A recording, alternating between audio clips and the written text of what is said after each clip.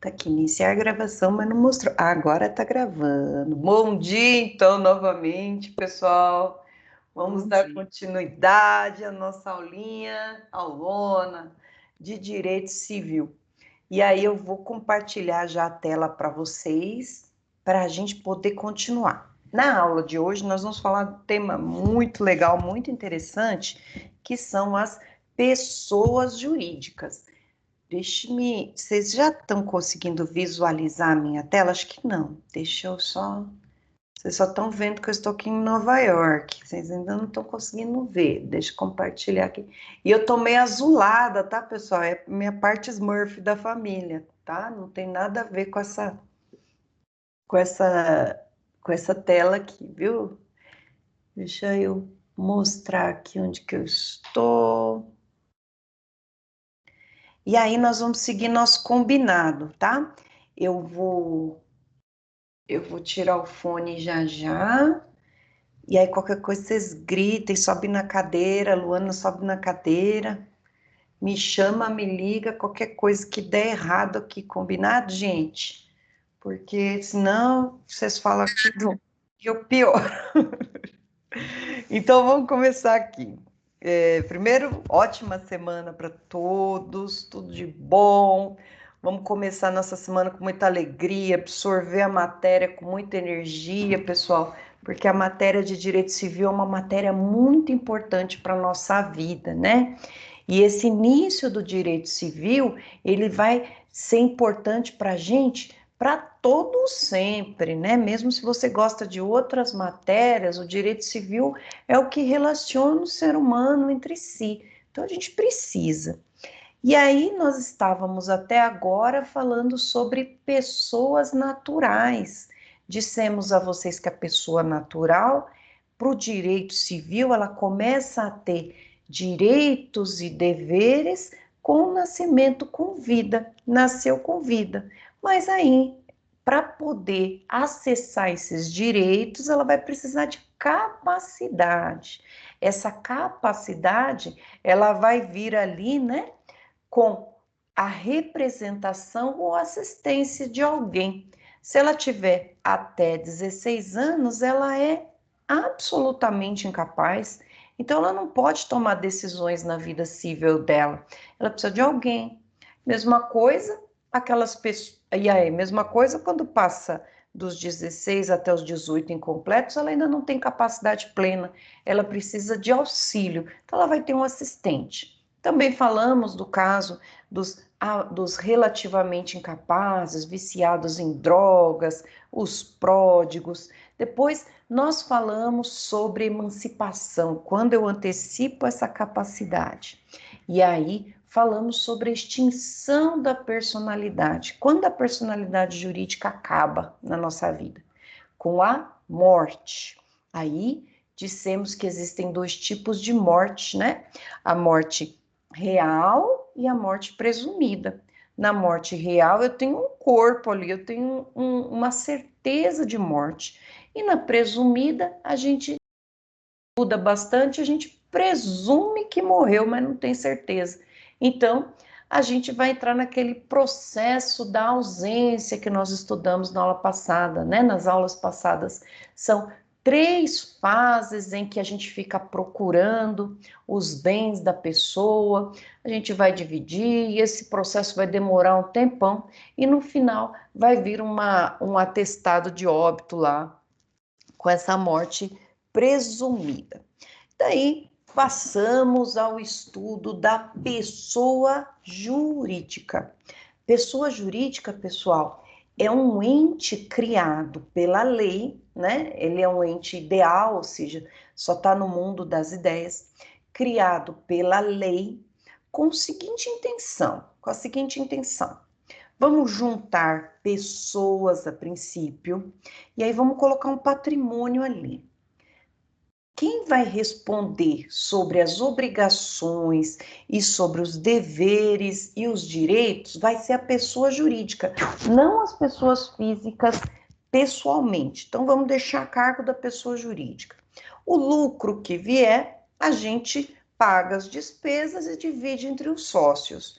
É mais ou menos essa razão de ser da pessoa jurídica. E essa pessoa jurídica, pessoal, ela é importante no nosso sistema, e já que no que a gente pode falar acerca da responsabilidade dos sócios. Eu não quero responsabilidade. Quem se responsabiliza é o patrimônio da pessoa jurídica. E é isso que a gente vai falar na aula quando a gente disser de desconsideração da personalidade jurídica. Quanto? Estou tendo um pequeno entreveiro aqui entre as minhas filhas? Tá tudo bem. Quanto a classificação das pessoas jurídicas, como que funciona estatutos, como que ela é constituída em si, isso daí vocês não se preocupem que vocês vão ter uma matéria chamada Direito Empresarial, que vai tratar a fundo essas matérias. Aqui no Direito Civil, a gente se preocupa em mostrar para vocês quais são as responsabilidades dessas pessoas jurídicas. Elas também têm personalidade jurídica e também essa personalidade se extingue um dia. Com o nascimento, com vida na pessoa jurídica, não.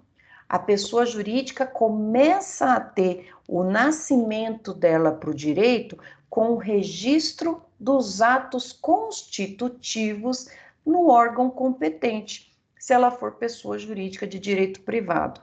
Ou, se for criada por lei, a pessoa jurídica, quando a gente fala de pessoa jurídica de direito público, a partir do momento da vigência dessa lei.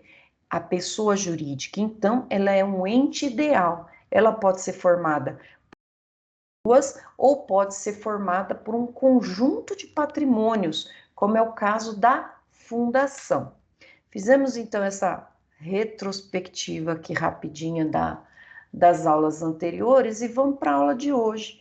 Nós vamos tentar, né? Eu acredito que vai dar assim, falar das sessões da 3, aqui está errado, né? É da 3 e da 4, duas sessões da unidade 3. Nós vamos falar da classificação, continuar, desconsideração, responsabilidade e extinção dessas pessoas. Havendo dúvida, anotem aí que eu vou esclarecer as dúvidas para vocês. Vamos lá. A gente precisa saber quando que nasce a pessoa jurídica, quando ela tem, então, a vida para o direito. Isso significa, né? Se vier uma execução, não vai atingir o patrimônio dos sócios, mas o patrimônio da empresa, da pessoa jurídica. Vamos pensar na seguinte situação, né? Vamos pensar na seguinte situação, que eu me associo a duas ou mais pessoas para poder vender algum tipo de produto, né? Vou vender os pães, os bolos que a Kátia faz. A Kátia vai fornecer e eu vou vender. Ótimo. Para essa minha empresa ter vida, ter nascimento e ela responder, eu preciso fazer o registro do ato constitutivo. Eu faço um contrato, que é o ato constitutivo, eu vou colocar quanto que eu inseri ali de dinheiro, quem são os sócios, qual que é a porcentagem que cada um tem, qual que é o nome empresarial e vou registrar. Se por acaso, vamos pensar aqui que eu faça um buffet aqui, essa minha pessoa jurídica é um buffet. E aí, contrato com a Kátia, ela vai fazer os salgados, os docinhos, o bolo, tudo, compro dela e vou fornecer para esse buffet. E aí, uma noiva me contrata para fornecer toda a comida do casamento. E aí eu me embanano, não faço pedido, fica tudo faltando. A noiva, então, processa a minha pessoa jurídica, se eu tiver com os atos constitutivos certinho. Se eu não tivesse, eu simplesmente juntei 4 pessoas e falei que eu tenho uma empresa, mas não tenho nada, aí vai ser o meu patrimônio que ela vai atingir, não vai ser o patrimônio da empresa. Então, essa que é a necessidade, pessoal, de se registrar, de ter uma pessoa jurídica registrada, nascida para o direito. E olha aqui, eu copiei lá do Código Civil o seguinte: da apostila, começa a existência legal das pessoas jurídicas de direito privado com a inscrição do ato constitutivo do registro, precedida, quando necessária, de autorização ou aprovação do executivo, averbando-se no registro todas as alterações por que passar o ato constitutivo. Isso significa, né? Eu vou lá, abro a minha pessoa jurídica, ato constitutivo é um contrato, como vai ser feita a minha gerência ali, e aí qualquer modificação, entrou sócio, sai sócio, aumentou o patrimônio, eu altero. Aqui a lei fala assim, pode precisar de autorização ou aprovação do executivo. Há determinadas pessoas jurídicas que necessitam, né? Por exemplo, seguradora, precisam de aprovação do ato executivo. Registrei, pode ser cartório civil de pessoas jurídicas, junta comercial, ou se for uma sociedade de advogados lá na OAB, a partir do momento que eu registrei, a pessoa nasceu, a pessoa jurídica nasceu. Então, aqui que é a parte importante, a pessoa jurídica não se confunde com seus sócios, associados, instituidores ou administradores. Ela vai ter uma existência paralela, né? Lá é da pessoa jurídica, não tem nada a ver comigo. Eu vou trabalhar para ela e ela vai se gerir. Então, essa é a diferença importante que a gente precisa perceber. A autonomia patrimonial das pessoas jurídicas é um instrumento lícito de alocação e segregação de riscos estabelecido pela lei, com a finalidade de estimular empreendimento para geração de emprego, tributo, renda, inovação em benefício de todos. O que significa isso, né? A pessoa jurídica, ela veio, né, ela foi criada pela lei para ajudar, né? Vamos, com pessoa jurídica, eu consigo uma redução tributária, eu consigo um melhor gerenciamento, coloco ali que eu tenho 100 mil reais de patrimônio, então se vier uma execução, vai atingir esses 100 mil reais, não vai atingir meu patrimônio, Marisa, mas da minha empresa. Então ela foi criada para poder, para que as pessoas tenham mais segurança em empreender. É difícil empreender, né? Principalmente porque existe uma carga tributária elevada, muita burocracia, mas a intenção do legislador foi que melhorasse, não piorasse, né? A gente vê aqui o coitado da pessoa que abre uma pessoa jurídica, né? Ficou até redundante. Ela sofre muito, porque a carga tributária é excessiva no nosso país, infelizmente. E aí, quando eu falo de personalidade jurídica, né, gente? A personalidade jurídica significa, então, que ela tem existência própria, separada do patrimônio dos sócios. Então, eu, Marisa, tenho meu patrimônio e a minha pessoa jurídica tem o patrimônio dela.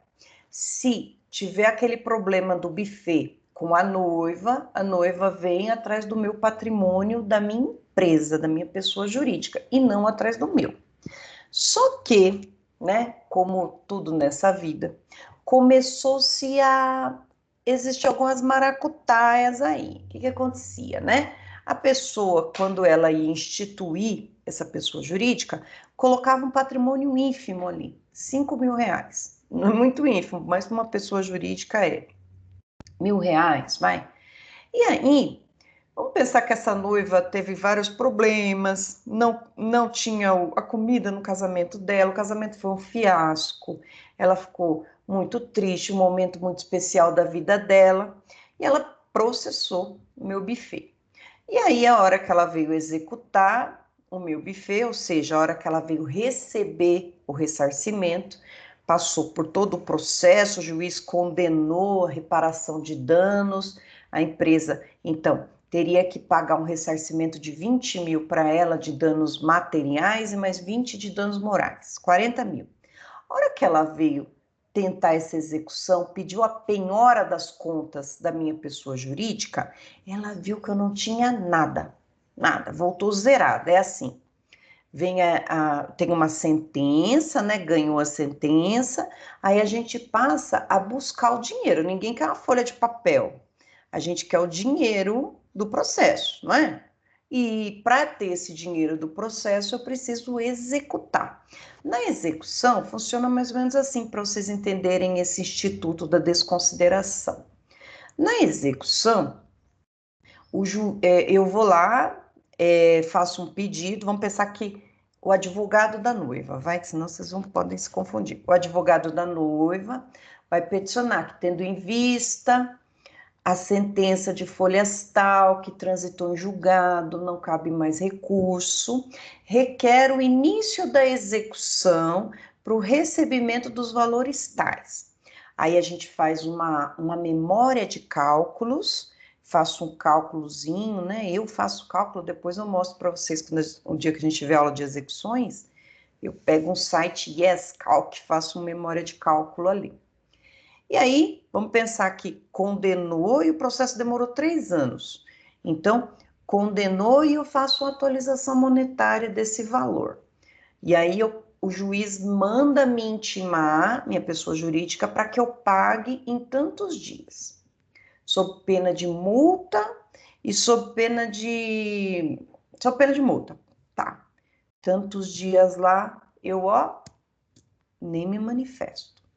Aí o advogado da noiva novamente vai lá, tendo em vista que a ré não se manifestou, requer a expropriação de bens. Aí o código vai ter uma lista, né? O que que a gente vai buscar da pessoa? Primeiro a gente tenta dinheiro nos bancos, depois que a gente vai para os bens, né? Aí tentou dinheiro, mandou, fiz para o Banco Central para saber onde a minha pessoa jurídica tinha patrimônio. Voltaram todos os bancos zerados lá, meu CNPJ bonitinho, né? Todos os bancos zerados. Ah, não. Aí o advogado peticiona, Detran, registro de imóveis, quero saber se tem algum patrimônio, né, da empresa da Marisa. Não tem. E aí a noiva, inconformada, porque não está recebendo, ela vai no escritório do advogado e fala assim: não, doutor, como não tem nada? Né? A Marisa está lá em Nova York. A Marisa, ela viaja para Dubai, Nova York, dá aula na Anguera, mas viaja para Nova York, Dubai, tá lá, Japão, foi lá, comprou um notebook novo para não dar problema no Japão. Não é possível que não tenha nada no patrimônio dela. Ela tem sim. O que o advogado faz? Lembra daquele ato constitutivo que nós registramos? O advogado vai lá na junta comercial ou no cartório, onde está registrado esse ato. Vai lá, solicita, ou eu faço pela internet mesmo, né? Só você cadastra a sua senha, solicita a certidão de breve relato ou a integral, vem lá bonitinho, minha pessoa jurídica, quanto que eu tenho de patrimônio, quem são sócios. Aí eu vou lá no juiz, eu não, o advogado da noiva vai no juiz e fala assim: tendo em vista que a Marisa está usando essa personalidade jurídica para se furtar do pagamento, ela tem dinheiro, mas a empresa está quebrada. Requer o quê? O afastamento dessa personalidade jurídica, dessa pessoa jurídica, para atacar o patrimônio da Marisa, que eu sou administradora. Aí o juiz defere. Isso é desconsideração da personalidade jurídica, que vocês estão vendo aqui, ó. Olha lá, vou ler aqui para vocês.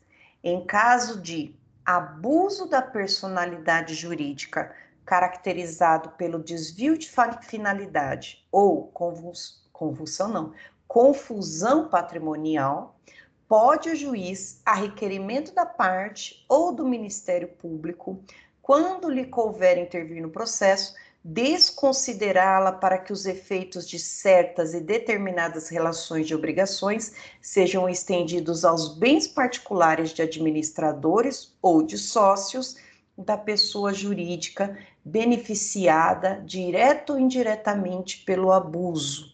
O que é o abuso? O abuso sou eu usar a personalidade jurídica da minha pessoa jurídica para não pagar ninguém. É isso que a lei está dizendo. Está falando, olha, no caso do abuso, eu estou usando isso daqui para não pagar ninguém. Ou confusão patrimonial. Eu não sei o que é dinheiro meu, o que é dinheiro da pessoa jurídica. Na hora de executar, na hora de exercer os deveres que eu tenho, eu uso esse escudo protetor, que é a personalidade jurídica, para dizer, opa, não veio no meu patrimônio não, vai lá da empresa. Mas a empresa não tem nada. Não quero saber, vai lá atrás da empresa, ela que se vire com você. Deu para entender o que é desconsideração? Isso aqui, pessoal, a gente usa muito na vida, muito, né? A gente, várias vezes, principalmente empresa pequena, a gente vai executar, não tem nada, nada, nada. Aí a gente vai no patrimônio dos sócios. E é por isso que os sócios precisam ficar muito atentos, né? Para fazer as alterações devidas lá no registro. Então, saiu a Luana da minha pessoa jurídica, coloquei outra pessoa ali. A Luana ainda é responsável pelos débitos durante 2 anos. Então, vejam só, isso aqui vocês vão aprender em direito empresarial, vejam só como que esse Instituto da Desconsideração da Personalidade, ele é importante. Então, resumindo, a desconsideração da personalidade significa não pode a pessoa jurídica ser usada com fins ilícitos, não pagar. Uma dica não, uma observação importante. Acaba com a pessoa jurídica a desconsideração? Não. Só para aquele ato, o juiz vai atingir o patrimônio dos sócios e depois a pessoa jurídica pode continuar funcionando do jeito que está. Então, aqui está escrito, pode, quando couber, intervir, desconsiderá-la para que os efeitos de certas e determinadas relações. Então, não extingue a pessoa jurídica. Só para aquele ato, não quer pagar por aqui? Você vai pagar por aqui. E aí, continuando aqui na nossa apostila, o que é o desvio de finalidade? É a utilização da pessoa jurídica com o propósito de lesar credores e para a prática de ato ilícito de qualquer natureza. A finalidade não é entregar, entregar um serviço para uma pessoa? Sim. Desviei dessa finalidade, eu estou em desvio de finalidade, cabe a desconsideração da personalidade jurídica. Isso aqui é importante para nós. Confusão patrimonial. A ausência de separação de fato entre o patrimônio, né, da pessoa jurídica e dos sócios, caracterizado por cumprimento repetitivo pela sociedade de obrigações do sócio ou dos administradores e vice-versa, transferência de ativos ou passivos sem efetiva contraprestação, exceto de valor proporcionalmente insignificante, atos de descumprimento de autonomia patrimonial. No direito civil, pessoal, para a gente poder desconsiderar uma pessoa jurídica, é um pouco mais difícil do que no direito do consumidor. Aqui, a gente tem que provar tanto o desvio de finalidade como a confusão patrimonial. Aqui a gente pode pedir para o juiz um ofício para que venha o balanço patrimonial dessa pessoa jurídica e mostre ali que a pessoa jurídica está pagando as contas dos sócios, que ou é o sócio que está pagando as contas da pessoa jurídica e não gira patrimônio nenhum ali, para mostrar exatamente isso. Eu estou fazendo essa observação porque no direito do consumidor, quando eu tenho de um lado uma pessoa que compra como destinatária final, comprei uma geladeira, ou nesse mesmo caso da noiva, ela é consumidora. Nesse caso aqui, eu só provo o desvio de finalidade. Só, tá usando a pessoa jurídica para me lesar, para não me pagar. Aí desconsidera. Olha só, então, que interessante esse instituto. Também, eu não sei se eu coloquei aqui, mas existe a desconsideração inversa. Não, não coloquei. Olha só, o que é desconsideração inversa? Na desconsideração inversa, eu uso a empresa, a pessoa jurídica, para esconder meu patrimônio. Mando tudo para lá, mando tudo para lá. Vamos pensar, então, em outro exemplo. Vamos pensar, né, Marisa, eu não tenho patrimônio. E aí eu me caso com um cidadão também sem patrimônio nenhum. E aí ele fica em casa assistindo televisão, assiste sessão da tarde todos os dias, aí a emenda que vale a pena ver de novo, mas antes ele já viu Ana Maria Braga, ou seja, ele fica só encostado. O sofá já tem a marca do corpo dele. E eu fico pé da vida, vou para lida, trabalhar. Ele entrou só com o coração nesse nosso casamento. E aí o problema é meus exemplos, vocês não dão razão para mim, mas era para dar razão para ele. Mas vamos lá. E aí, trabalho noite e dia, na lida, né? Consigo um patrimônio razoável, né? Tenho lá meu barquinho, tenho minha lancha, minha casa de veraneio, minha casa de inverno, o meu apartamento aqui em Nova York. Agora é Orlando, né? Que é chique, apartamento em Orlando. Enfim. E ele, como nós somos casados em comunhão de bens, né? Tudo que a gente adquiriu durante a constância do casamento é de nós dois, né? Oh, que lindo. Tudo, tudo, mesmo ele tendo ficado o dia inteiro vendo sessão da tarde, né? Netflix, tudo é meio a meio. Só que daí eu penso, né? Eu falo, poxa, logo lá no começo, eu vou pegar uma pessoa jurídica minha e tudo que eu adquiri, eu vou colocar no nome da pessoa jurídica. Eu vou lá e, pum, casa, pessoa jurídica, é da pessoa jurídica. Apartamento é da pessoa jurídica. Barco, carro, lancha, motosserra, tudo da pessoa jurídica, né?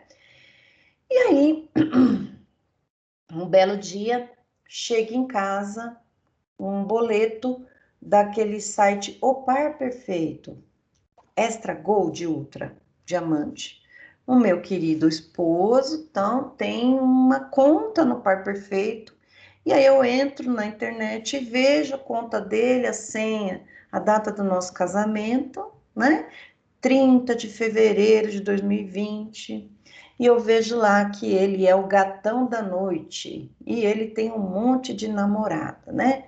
O que eu faço? Mato? Não. Né? O que eu vou fazer? Eu vou me divorciar.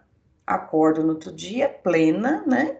Falo assim, tudo bom, meu amor? Então, não quero mais, você vai embora. Aí ele, mas vou embora, vai embora, some daqui, não quero mais saber de você. Ele, tá bom, mas metade de tudo isso daqui é meu. Aí, meu coração, mato? Ainda não, pessoal, calma. E aí eu falo, então vamos ver na justiça. E eu tô bem contente porque tá tudo no nome da minha pessoa jurídica. Eu, Marisa, não tenho nada. Maravilha. Tanto quanto ele, né? Aí eu entro com um pedido de divórcio lá, peço para citar ele na minha casa, ou seja, o oficial de justiça vai na minha casa procurar, vai achar com certeza, né?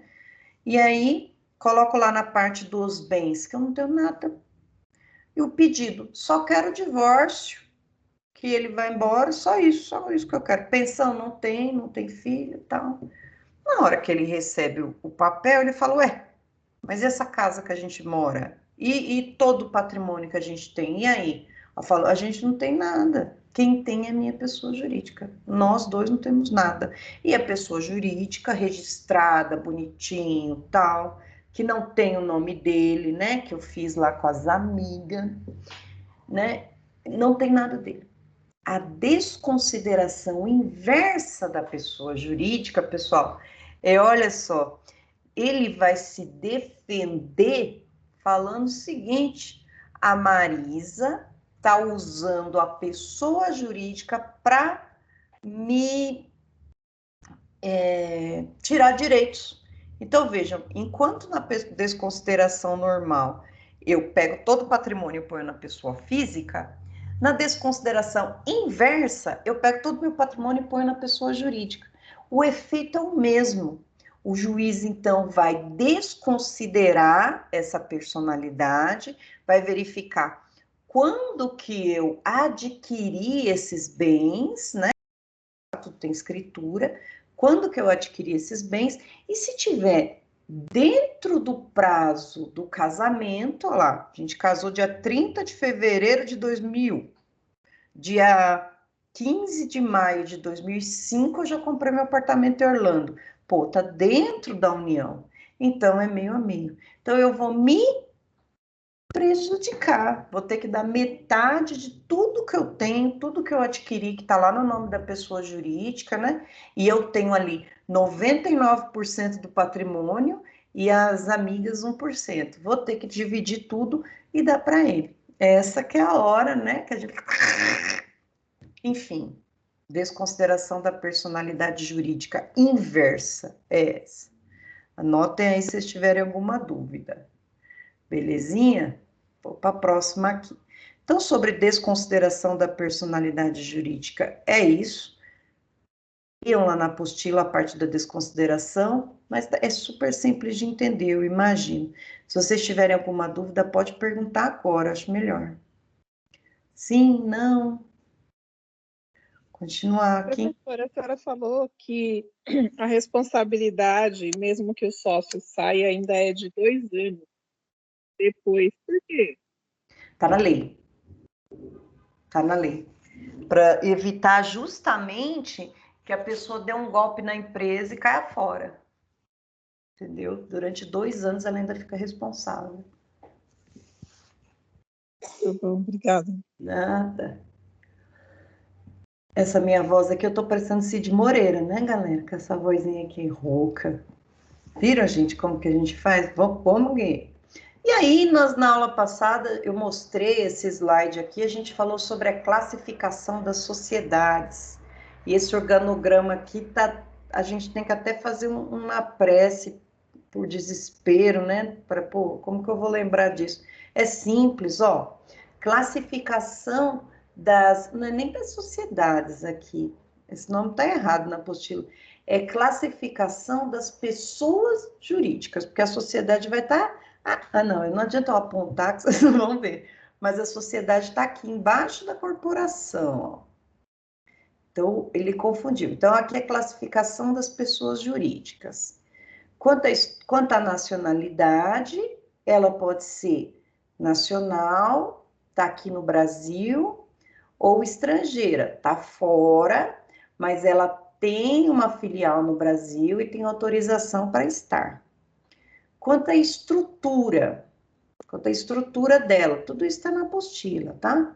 Ó, ela pode ser uma fundação ou uma corporação. A diferença, pessoal, é simples aqui. A fundação, eu tenho uma associação de patrimônios e na corporação, associação de pessoas. O que é uma fundação, então? Fundação Marisa Roçafa para proteção de animais de rua, né? Eu junto um patrimônio durante a minha vida, né? E eu posso, em vida ou por testamento, dedicar esse meu patrimônio para que ele gere lucro, mas tem que ter bala na agulha, é um Ayrton Senna, é um Bradesco, é uma Xuxa, é um bom da agulha, bom com bala na agulha, né?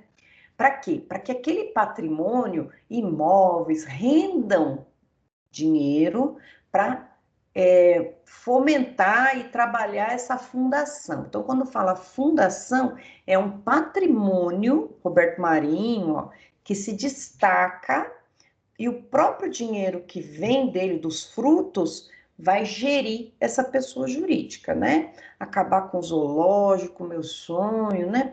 Pô, e aqueles, né? Fazer uma pausa aqui, pô, e aqueles zoológicos que tem, acho que na Argentina, que os bichinhos estão tudo anestesiados para você tirar a foto lá do leão. Tomara que o leão esteja mentindo que está anestesiado e arranque a sua cabeça a hora que você for lá. Judiação do bichinho, deixa o bichinho na savana, né? O ser humano gosta de fazer isso com os bichinhos, né? Infelizmente, tenho muita dó, muita pena de ver os bichinhos ali. Mas isso aqui é uma outra história. Então, essa fundação, ela vai servir, pensa lá no meu apartamento de Nova York, que multiplica por 100, né?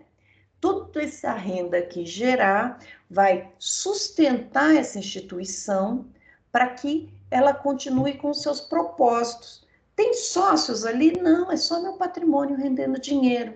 Uma fundação muito linda que tem é a Viva Cazuza, né, que a mãe do Cazuza fez, e os direitos autorais das músicas do Cazuza são revertidos para essa fundação que cuida de crianças com HIV e AIDS positivo. Olha que coisa linda. E aí eu vi esses dias uma entrevista dela que ela diz que o pessoal até deixa a criança lá na porta da porta da fundação dela, né? E todo o dinheiro arrecadado com o patrimônio que ele deixou, né? Que são os direitos autorais dele, se revertem nessa fundação para que ela possa ajudar as crianças, né? As crianças abandonadas e que pode até, ou situação de pobreza. Essa aqui, então, é a fundação. Qual a peculiaridade da fundação, né? O Ministério Público, né, ele vai fiscalizar as fundações, ele vai ficar de olho para ver se os propósitos da fundação estão sendo cumpridos. Ela não tem fins lucrativos. O que isso significa? Todo lucro adquirido, se houver, vai ser revertido para a própria fundação. Isso não quer dizer, pessoal, que não pague salário, que não cobre por produtos. Vamos pensar que nessa fundação existe lá uma livraria que tenha livros sobre o Cazuza, CDs e tal. Isso não quer dizer que eles não possam vender. Pode, mas tudo que for vendido vai ser em prol da própria fundação. Vai pagar funcionários, né? Quem trabalha de graça relógio, né? Tem partes, né? Tem gente que também pode trabalhar de forma gratuita, mas tem as pessoas que trabalham lá e recebem por isso. Então, fundação, associação de patrimônios. Vamos agora para corporação. A corporação, e também, né, um outro detalhe, a fundação ela tem uns fins próprios que a gente já vai chegar e já vai ler. Depois, na corporação. Quando eu falo corporação, para eu lembrar, eu lembro de corpo. Corporação, corpo. Então, associação de pessoas. Associação de pessoas. Corpo, corporação. Ai, meu Deus. Associação, então. Eu vou ter sociedade aqui sem fins lucrativos. Peraí. Gente, peraí. Desculpa.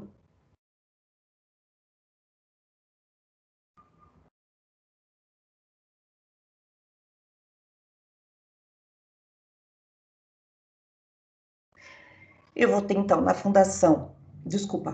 associação aqui, né? Uma pessoa jurídica também sem fins lucrativos, com um objetivo próprio. Nós vamos falar da fundação já já. E na sociedade? Sociedade a gente conhece bem, né? A gente tem um agrupamento de pessoas, e agora pode ser de uma só, que é a Ireli, e ela vai servir para que a gente una nossos objetivos e possa empreender. Essa sociedade ela pode ser simples ou empresária. Tudo isso aqui vocês vão aprender com bastante vagar em empresarial, daí vocês vão aprender como que é o nome da empresa, o que é ponto comercial, mas aqui só síntese. Sociedade empresarial é aquela que serve para gerir produtos, né? Por exemplo, eu tenho que ter mão de obra, tecnologia, tem todos os requisitos da sociedade empresária. E tem a sociedade simples, que ela não é para mão de obra, insumos, tecnologia. Ela é simples porque ela pode ser feita uma sociedade para, por exemplo, advocacia, autoria literária, por aí vai. Não tenho aqui uma visão de empresa. A sociedade simples não é empresa. Maravilha. Já vamos falar de cada uma. Função. Quanto à função, a divisão de função, ela pode ser pública ou privada. Nessa aqui, ó, não sei se vocês conseguem ver, nessa classificação de pessoa jurídica, entra direito administrativo. Enquanto aqui vai entrar o direito empresarial, aqui vai entrar o direito administrativo para ir aprofundando. Quando eu falo da função pode ser pública ou privada, eu vou verificar se tem dinheiro do Estado, Estado-nação, ou se o dinheiro é de particular, né? Quando eu falo pública, pessoas jurídicas de direito público, eu tenho aqui a figura do Estado, né? O Estado-nação, não unidade de federação. E essa pessoa pública, ela pode ser de direito interno ou de direito externo, né? O que vai ser? O externo são as nações e organismos internacionais. Na interna, eu tenho administração pública direta e indireta. Na administração direta, quem que é pessoa jurídica da administração direta? União, estados, municípios, Distrito Federal, são pessoas jurídicas. Administração indireta, o que é isso? Autarquias, fundações públicas, sociedades de economia mista, empresa pública, aí a gente entra Correios, Banco do Brasil, Petrobras, já tá bom de exemplo. Então, cada uma aqui é uma classificação. E na privada eu vou ter corporação, que são essas aqui, ó, sociedade e associação, e a fundação, que a gente viu que é uma junta de patrimônios, corporação junta de corpos, então pessoas, sociedade de pessoas. Então, essa é a classificação aqui que aparece na apostila. Aí aqui já vai estar vai explicar para a gente primeiro quanto à nacionalidade. Existem pessoas jurídicas nacionais que aqui tendo sua sede administrativa são instituídas dentro dos parâmetros das leis brasileiras e as estrangeiras que precisam de autorização aqui para se estabelecerem e se adequar aos nossos parâmetros aqui, né? Por exemplo, direito consumidor, elas têm que mesmo as estrangeiras, elas têm autorização para funcionar aqui, então elas têm que respeitar toda a lei brasileira. Entrou no território brasileiro, respeita a nossa soberania, respeita a nossa lei. Então, quer vir para cá? Vem, você é bem-vindo, mas se adeque à nossa lei. Na estrutura interna, que eu falei para vocês de corpo e de fundação. A pessoa jurídica pode se apresentar como uma corporação formada por um conjunto de pessoas que se agrupam para maximizar, que susto, o alcance de seus objetivos, ou uma fundação que tendente a fim determinado com aspecto material predominante de não instituição de lucro. O que distingue basicamente é que as corporações visam a realização de fins internos, estabelecido pelos sócios, os seus objetivos são voltados ao interesse e o bem-estar de seus membros, visando atingir fins internos. Então, nas corporações, a gente se une porque a gente quer empreender, a gente quer lucro, a gente quer trabalhar. E as fundações, ela tem objetivo externo, quero ajudar as crianças com AIDS, por exemplo, estabelecidos pelo instituidor. Nas corporações existe patrimônio, mas é elemento secundário, apenas para a realização de um fim. Nas fundações, o patrimônio é essencial.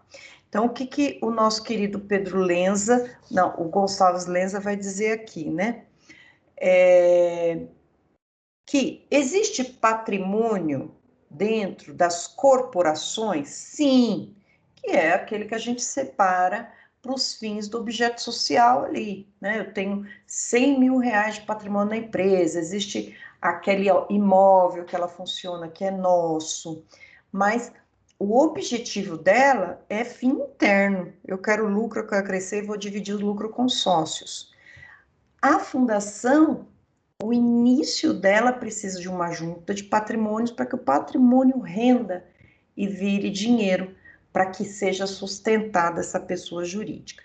Então, essa estrutura interna, vamos lembrar, fundação é só ela, corporação, eu vou ter associações e sociedades. corporações se subdividem. Agora vamos para as corporações, corpos.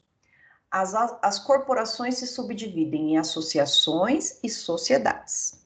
As associações não têm finalidade lucrativa. Seus fins são altruístico, científico, artístico, beneficente, educativo, político, esportivo, recreativo. Associação do Parmeira. Lá, eles estão lá e o lucro deles ali é para a própria associação. Ó, não confundir com a fundação. A fundação ela vai ter funções religiosas, funções morais, culturais ou assistenciais. Eu tenho uma fundação, então, cujo objetivo dela são propagar fins religiosos, por exemplo, igreja. Igreja, na verdade, é uma fundação, né? Mas já teve uma divisão no Código Civil, a igreja é mais ou partido político, né, que seria aqui, é mais um tipo de pessoa jurídica. Então, os objetivos são parecidos, pessoal. Nas associações são para fins altruístico, científico, artístico, beneficente, educativo, político, na associação, esportivo e recreativo. Aqui é sociedade de pessoas, aqui é associação pessoas, junção de pessoas. Fundações, junção de bens. Aí são fins religiosos, morais, culturais ou prestar assistência às pessoas. Sociedade a gente conhece, né? A gente tanto que confunde pessoa jurídica com sociedade, né? Então, sociedade é um tipo de corporação que é um tipo de pessoa jurídica. Olha lá, elas podem ser simples ou empresárias. Tá lá no 981, lá no meio do Código Civil que a gente estuda em direito empresarial. Sociedade é união contratual de esforços entre indivíduos que se obrigam a construir com bens ou serviços por exercício de atividade econômica, divisão de tarefas e divisão dos resultados, do lucro. Sociedade empresária tem por objetivo o exercício de atividade própria de empresária, sujeito a registro, e a sociedade simples são todas as demais que não, residual, né? Tudo que não classifica como empresária, a gente joga para a sociedade simples. Não tem mão de obra, não tem insumo, não tem tecnologia, joga para a sociedade simples, né? Por exemplo, abro uma sociedade simples para o escritório de advocacia, abro uma sociedade simples para que eu possa fazer livros, né? Possa escrever livros e aí fica lá na minha sociedade.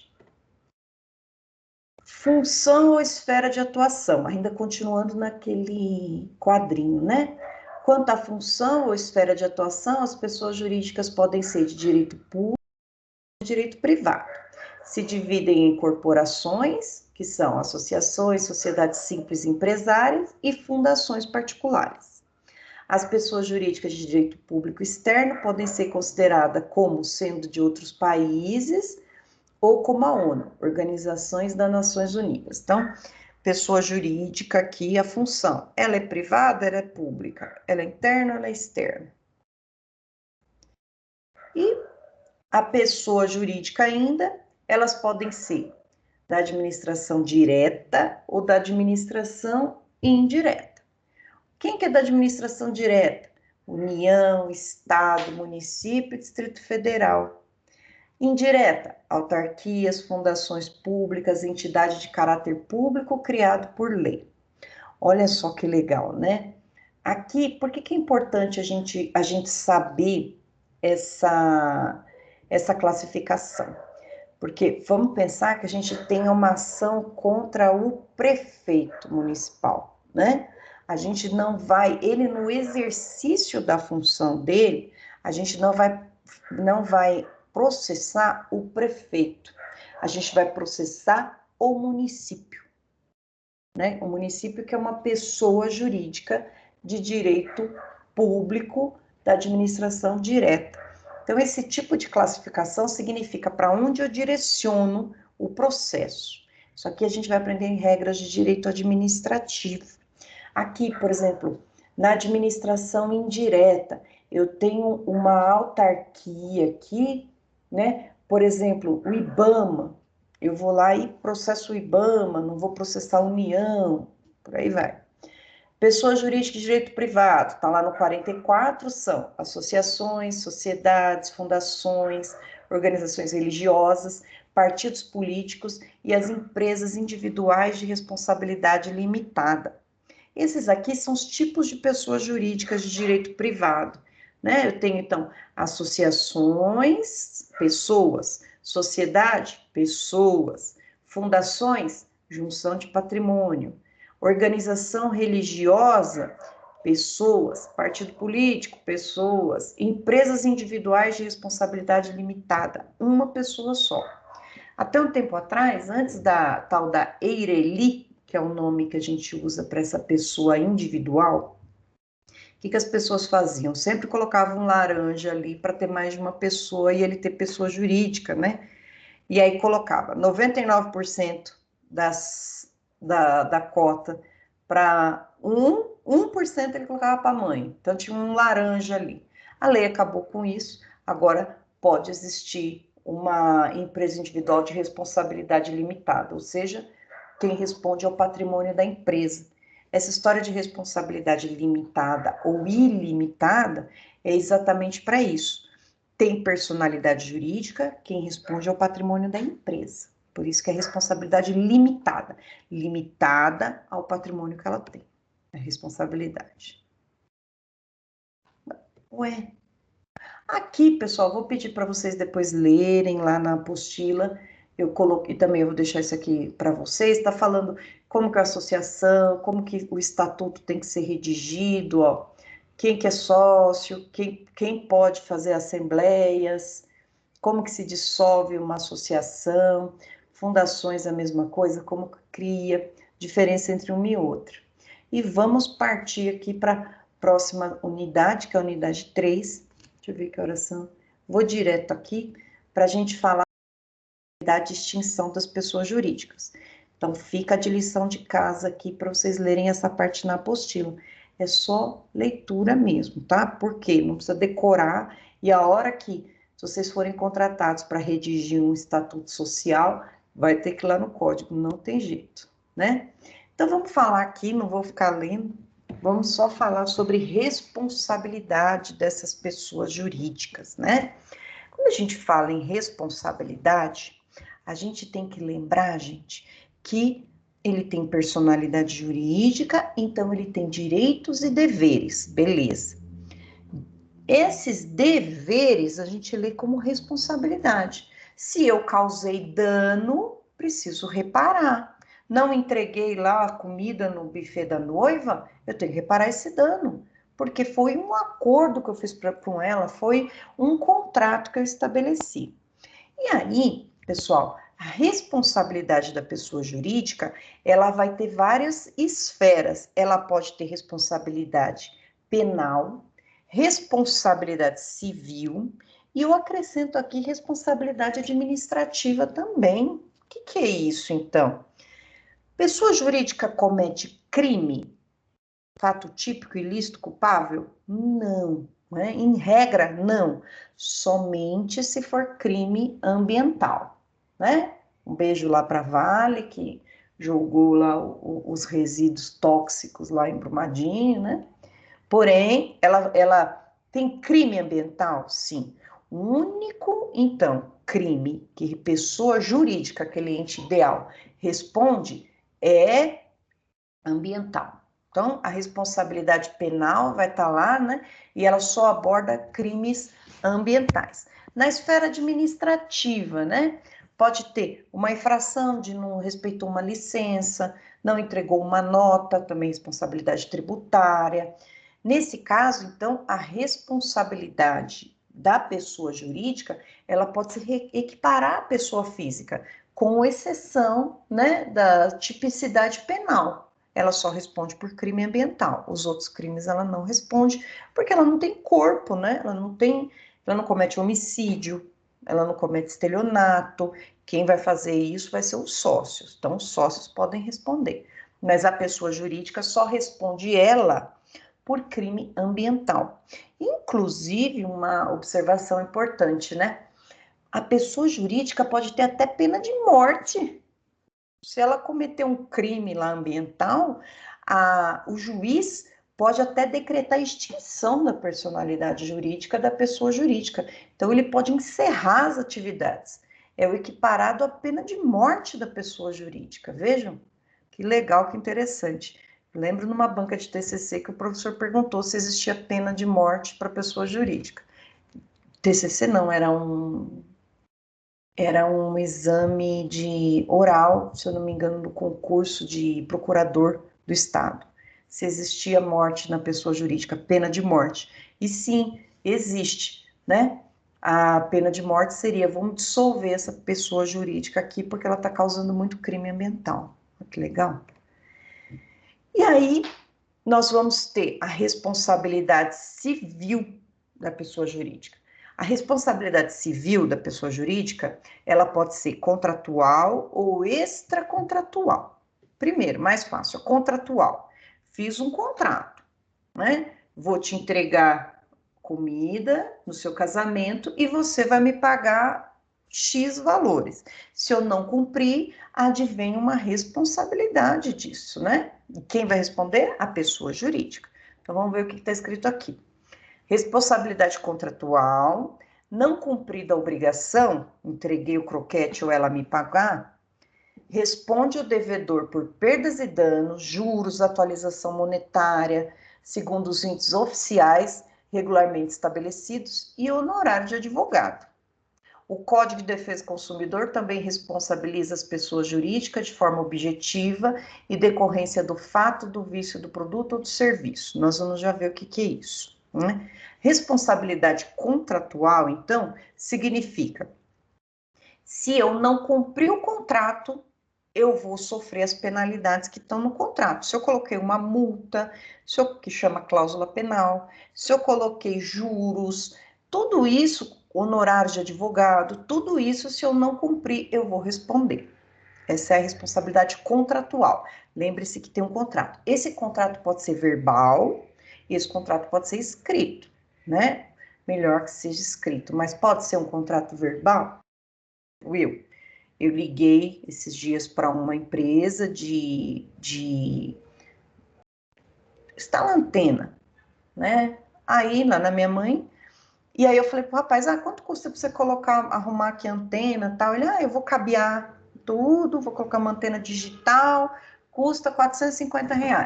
Eu, ótimo, então você pode vir tal dia? Pô, vem. Ele veio e colocou. Teve contrato entre a gente? Verbal. E se ele não cumprisse o contrato, né? Eu ia ter que ter uma testemunha para provar o que a gente combinou ali, né? Mas o contrato, a princípio, foi um contrato verbal. Depois, né, pode até trazer um contratinho, assinar, notinha de serviço. Mas veja que o contrato verbal é o que a gente mais usa na nossa vida, né? Contrato verbal, tudo no fio do bigode. Esse é o contrato verbal. Não aconselho, né? Porque na hora de provar lá na justiça é ruim. E a responsabilidade extracontratual vai além do contrato. No direito civil, pessoal, a partir do momento que eu causo dano a uma pessoa, eu respondo por isso, né? Não pode causar dano. O que é um ato ilícito para o direito civil? Causar dano. Enquanto um ato ilícito, lá no direito penal, é uma conduta que está contra a lei, no direito civil extracontratual é o ato ilícito. Bati no carro da pessoa. Eu tinha um contrato com ela, alguma coisa? Tinha nada. Nunca vi na vida. Só que eu causei um dano a ela. Então eu vou ter que reparar. Aqui, na responsabilidade extracontratual, nós dividimos essa responsabilidade em duas, tá? A responsabilidade, ela pode ser subjetiva ou objetiva. Subjetiva significa eu tenho que provar ato, dano, nexo causal. Ato, dano, nexo causal. E culpa, dolo ou culpa. Na teoria objetiva, só provo o ato, o dano e o nexo causal. Vou ler aqui. Tá, todos esses artigos, 186, 187, 932, 933, eles estão dizendo assim, em rápida síntese, Causou dano? Indeniza, meu filho. Olha lá. Reprimem a prática de ato ilícito, impondo o dever indireto de não lesar. E em caso de dano, tem que reparar. Essa responsabilidade pode ser objetiva ou subjetiva. Responsabilidade será subjetiva quando houver necessidade de estabelecer um nexo causal entre o dano, o ato ilícito praticado pelo agente, pois, em princípio, só responde pelo prejuízo causado aquele que deu causa. Responsabilidade objetiva, quando a gente tem que indenizar, independente da existência de dolo ou culpa. Então, vamos aqui para as responsabilidades. Eu tenho até uma musiquinha para cantar, mas eu tenho um pouco de vergonha, então eu não vou cantar, não. Mas a responsabilidade é assim. Quando a lei disser que a responsabilidade é objetiva, então não interessa se você agiu com dolo, porque você quis, ou se agiu com culpa, porque você deixou de ter cuidado. Você vai ter que pagar. Se você tem responsabilidade subjetiva, que é a regra geral, você só responde se você tiver dolo ou culpa. Vamos aqui, então, diferenciar, tá? Batida de carro. Estou lá eu, parada no farol, aguardando pacientemente, com as duas mãos no volante, para ninguém falar que eu estava mexendo no celular, né? Olhando, inclusive, eu nunca dirijo mexendo no celular, sempre tá na bolsa, porque isso aqui é um perigo, gente. É pior do que beber. Você dirigir usando o celular é pior do que você tomar 1 litro de cachaça e sair por aí. Você perde totalmente a noção, né? E o carro é uma máquina, então a gente tem que ter consciência disso. Não precisa ficar com as duas mãos no volante, senão você só vai andar em primeiro, mas tudo bem. Tá lá, olhando o sinal, eis que pá, bate no meu carro, bate na traseira. Deus me livre. Deixa eu chamar os espíritos da floresta, que Deus me livre. E aí, saiu lá fora. Teve o ato? Teve a batida. Teve o dano? Sim, amassou. E o nexo causal? Foi por causa da batida que foi o dano? Sim. Agora eu preciso saber da culpa. Eu estava parada no farol vermelho? Sim, então eu estava certa. Ele que estava errado, que não viu que o semáforo fechou e, por culpa, já que ele estava mexendo no celular, ou ele não prestou atenção, ele bateu. Então, aqui eu tenho ato, dano, nexo causal e subjetividade, dolo ou culpa. Essa aqui é a regra do nosso sistema. Então, quando a gente vai para a justiça para dizer que uma pessoa tem que indenizar, a gente tem que provar esses 4 requisitos. Teve ato, teve dano, teve nexo. Nexo é o que une a conduta ao resultado. E ele agiu com dolo, porque ele quis, ou ele agiu com culpa, né? Ele não sabia dirigir direito. A teoria objetiva, pessoal, é para exceção. Nessa, o agente responde independentemente de dolo ou de culpa, né? E aí, quem tem que ter essa teoria objetiva? A lei vai dizer, né? E aqui, ó, quando o dever de indenizar independe de dolo ou culpa. Aí eu coloquei aqui os artigos para vocês. Pessoa jurídica de direito público interno são civilmente responsáveis pelos atos que seus agentes que, nessa qualidade, causarem danos a terceiros, ressalvado o direito regressivo contra os causadores do dano, se houver por parte deles dolo ou culpa. Artigo 43. Cabe indenização estatal em todos nos danos causados por comportamento dos funcionários a direito dos particulares. Essa é a responsabilidade objetiva do Estado, bastando para a reparação do dano a comprovação da existência dele. Então, vamos pensar na seguinte situação, né? Vamos pensar que a gente está parado no farol, no cantinho, eis que veio uma ambulância para salvar uma pessoa, e a gente vai e embica o carro assim, mas mesmo assim a ambulância tá nem aí de desviar, ela pum, levou embora meu para-choque. Não sei se para-choque, levou embora. Pô, ela tava com dolo, culpa? Não interessa. Como é o Estado agindo ali, tô falando de uma ambulância do hospital público, ele vai responder independentemente da conduta daquele motorista. Vai ter que me pagar, eu não preciso provar, e ele pode falar, eu estava numa situação de emergência, não interessa. O Estado tem a obrigação de reparar o dano. Mas o Estado, vamos pensar no hospital, né? Ele pode entrar com uma ação regressiva, hospital autarquia, ele entra com uma ação regressiva contra o motorista, e aí vai falar assim, motorista, eu tive que pagar para Marisa 10 mil reais. Para achar caro, né? 10 mil reais. Mas eu quero esses 10 mil reais seus porque você não prestou atenção. Isso aqui é uma conduta regressiva. Então, na responsabilidade do Estado, na responsabilidade objetiva, o Estado paga o dano e vai atrás do servidor. Se o servidor agiu com dolo ou com culpa, ele tem que indenizar. Se não, se ele estava agindo dentro da estrita legalidade e aconteceu isso, aí ele não precisa pagar o Estado. Essa aqui é a responsabilidade objetiva. Mas aí, olha só, tem uma excludente aqui, ou seja, um dever de não indenizar do Estado. O Estado não será responsabilizado por todo e qualquer prejuízo, podendo fazer-se da força maior diante de atos imprevisíveis, como uma tempestade, culpa da vítima, exclusivo ou concorrente. No que tange aos atos praticados por terceiro, na mesma linha de raciocínio, o Estado não será responsabilizado caso não seja causado por seus agentes, a exemplo, o assalto em via pública. O que eu estou querendo dizer aqui? A responsabilidade do Estado, ela é objetiva. Indenizo a vítima e vou atrás do meu servidor para cobrar dele. Porém, existem algumas situações que tiram essa responsabilidade do Estado de indenizar a vítima. Qual? Força maior, ato imprevisível, não tinha como prever, né? Ou culpa exclusiva da vítima ou culpa concorrente. Exemplo aqui, pessoal. Surfista de trem. Vamos pensar no surfista de trem, né? Um beijo pro não é Bon Jovi, esqueci o nome dele, o Ben, não, Jorge Benjor. Olha eu pensando no meu crush, né? O surfista de trem. O querido não tem o que fazer, não tem um lote para capinar, o que ele vai fazer? Ele vai subir no trem e vai ficar lá curtindo uma onda.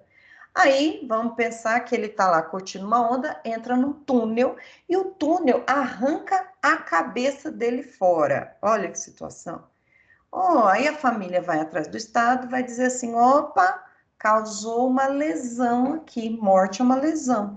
Então, Estado, não quero saber se teve dolo ou culpa, eu quero meu dinheiro. Aí o Estado vai virar para essa pessoa e falar, opa, não, surfista de trem, culpa exclusiva da vítima. Ela responde, porque ela estava ali se arriscando. Vejam isso, vejam o que acontece. Ou, aí a jurisprudência vai falar uma decisão muito interessante, que é, o surfista de trem, não vou ter indenização. Mas e se for o pingente, é pingente que eles falam, aquelas pessoas que vão pendurada no trem do lado de fora. E aí? Se elas sofrerem algum dano, a pessoa foi e falou, não, tem que ir embora agora, senão não tem mais ônibus. Né? Por falar nisso, né, escolham bem seus candidatos, né, já que ônibus, onde vai passar, o horário, tudo isso é política municipal. Vou lá, grudo no trem e falo, não, vou aqui porque eu só vou ter ônibus lá para tal lugar, esse horário. Então, se eu não for agora, eu vou perder o ônibus, né? Maravilha. E aí ele vai grudado no trem e passa em um determinado lugar e ele cai do trem e morre. Nesse caso, pessoal, responsabilidade do Estado, porque o Estado devia ter feito um trem maior, devia ter ou colocado mais linhas lá para aquela pessoa não se arriscar. Se a pessoa está ali se arriscando, é porque ela precisa, não é porque ela está curtindo uma vibe ali de pingente de trem. Não. Então, vejam aqui, nesse caso, quando a gente vai, a pessoa está ali porque ela precisa, responsabilidade do Estado. Responsabilidade do Estado, ela vai abranger várias situações. Por exemplo, o preso está sob a guarda do Estado. Se o preso se enforca com lençol, se mata dentro da cadeia, responsabilidade do Estado. E aí o Estado, em regresso, vai lá atrás do carcereiro que tinha que tomar conta. Porque você não cuidou. E aí ele pode indenizar a vítima, indeniza a família. Essa aqui é a responsabilidade do Estado. Então vamos lembrar, nós temos responsabilidade subjetiva e objetiva. Na objetiva é a pior, né? Porque não precisa provar dolo e culpa, então mais fácil de indenizar. A subjetiva tem que provar dolo e culpa. Então, para indenizar, eu preciso comprovar ato, dano e nexo. Dolo e culpa na teoria objetiva. Acho que ficou claro, né? Eu imagino. Então, aqui. E aí eu também vou pedir, olha só, a Constituição não adotou a teoria do risco integral, o poder público poderá ser responsabilizado no caso que restar comprovado que a sua omissão ocorreu diretamente para o dano, deixando de realizar obras ou de tomar outras providências indispensáveis que lhe incumbiam. Se os policiais, por exemplo, os alertados a tempo, omitiram-se negligentemente e não deram nenhuma providência para o assalto. Caberá ação contra o Estado, não apenas no caso de ação, mas também omissão, mesmo que não seja possível identificar o agente causador do dano, desde que a omissão seja a causa direta e imediata do dano, teoria da culpa anônima da administração. Então, a administração pública, ela responde de forma por ação ou omissão. Eu tive um processo que a prefeitura abriu um córrego para canalizar, né? Foi lá e vamos canalizar aqui, porque todo ano, janeiro, fevereiro e março, vem enchente, e aí acaba enche ali, precisa fazer um escoamento de água, enfim. Mudou a administração, largaram lá o córrego, né? Porque esse córrego não tem que fazer em janeiro, fevereiro e março, tem que fazer antes de vir as chuvas, né? Cava o poço antes de ter sede. E o que aconteceu? Largaram lá. E aí a gente entrou com uma ação pedindo reparação por essa omissão. E aí a gente teve êxito na reparação da omissão, né? Porque o Estado foi omisso, trocou de prefeitura e falou: ah, não, depois isso aqui vai dizer que foi ele que fez e fui eu. Sabe aquela história? Então, o Estado responde? Responde. Tanto se ele fizer, bateu a ambulância, como se ele não fizer, largou a obra no meio. Responsabilidade do Estado. E para finalizar aqui nossa aulinha, galera, a pessoa jurídica pode ser extinta, ela pode morrer. Isso aqui, né, é difícil fechar a pessoa jurídica pelo tanto de burocracias e certidões e tudo mais que a gente tem que expedir para poder encerrar. E essa pessoa jurídica, ela pode ser encerrada de várias formas, né? Convencional, quando os próprios sócios decidem que não dá mais para continuar com a pessoa jurídica e eles encerram. Legal, quando a lei determina o encerramento da pessoa jurídica, né? Não tem mais patrimônio, vamos pensar aqui numa fundação que acabou o patrimônio, encerra. Judicial. Na judicial, nós vamos entrar aqui com o pedido que nós vamos chamar de falência, né? Vamos lá pedir a falência dessa determinada pessoa jurídica e lá nós vamos fazer como se fosse um inventário de uma pessoa morta, né? Não, é claro que é inventário de pessoa morta, né? Mas tudo bem. Como que a gente faz o inventário? A gente vai lá, diz que fulano morreu e ele deixou esses bens e essas dívidas. E aí nós vamos primeiro pagar as dívidas e depois dividir os bens. E inventário e falência é a mesma coisa. Avisa que a pessoa jurídica morreu e ela deixou isso de bens e isso de dívida. Primeiro paga as dívidas, o que sobrar, se sobrar, divide entre os sócios. Essa é a judicial. Ou administrativa. Encerra por quê? Deixou de emitir licença, deixou de ter autorização para funcionar, extinção da pessoa jurídica. Então, vamos lá. E aí eu coloquei aqui, né, vejam que a apostila trata de forma superficial, já que isso daqui é matéria de direito empresarial.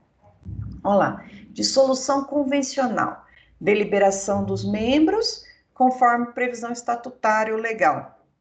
Não quero mais, vamos dividir. Fulana tinha 80, então ela leva 80% do lucro, depois de pagar as dívidas. Dissolução legal ocorrerá por meio de motivo determinado na lei, como falência ou morte dos sócios, por exemplo. Lembrando que primeiro a falência tem que passar na judicial.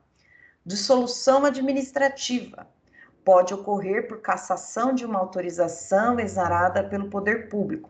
Eu tinha uma banquinha ali de jornal, pessoa jurídica, e aí o prefeito decidiu que ali não pode mais ter banquinha, porque ele vai colocar ali, vai fazer aumentar a via, não vai ter mais banquinha ali, porque a calçada vai ficar comprometida. Me tira dali, acabou com a minha pessoa jurídica ali, eu não posso mudar em outro lugar, porque ele não quer mais banca de jornal. Enfim, um exemplo.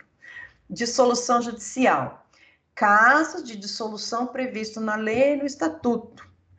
Está lá na lei previsto, por exemplo, a liquidação, está dizendo na lei a falência, ou algum sócio quer sair de lá e ele tem a maioria do patrimônio, então vai dissolver.